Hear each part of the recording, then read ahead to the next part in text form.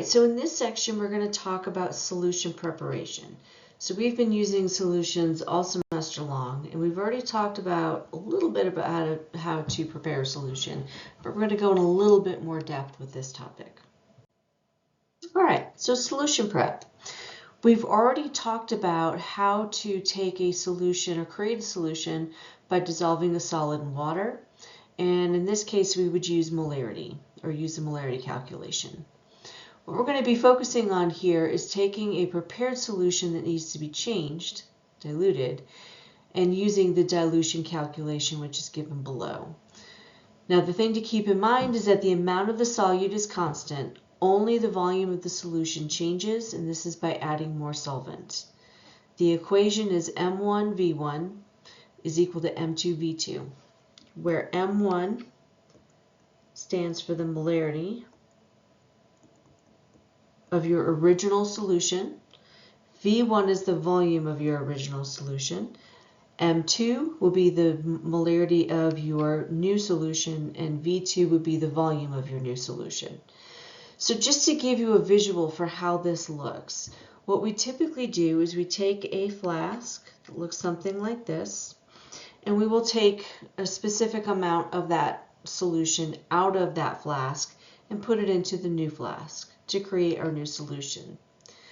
We will then add water up to the designated mark on that flask, and you guys won't be doing this in lab at all, but we're going to add water to that mark. And again, I just wanted you to have a visual for what this actually looks like. All right, so here we are going to do an example of doing a dilution calculation using the equation we saw in the previous slide. So this question is asking how many mils of a 10.0 molar solution would be needed to prepare a 600 ml solution with a concentration of 2.00 molar.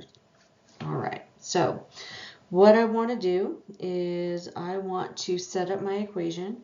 So I know I'm using M1V1 is equal to M2V2. A lot of times in these cases, I really like to write out what my variables are, like the number value. So M1 is my original solution, and that is 10 molar. I am actually looking for the volume that I need to create my new solution.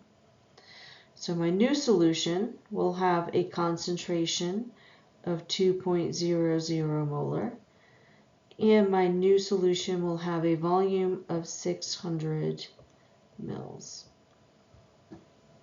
All right, so essentially what I am solving for here is I am solving for V1. So I'm going to take this equation and rearrange it. Oops, there we go. So V1 is going to be equal to M2 times V2 over M1. And I'm just going to go ahead and plug my numbers in. Something I want to point out, you can leave your volume in terms of milliliters or liters, it's up to you.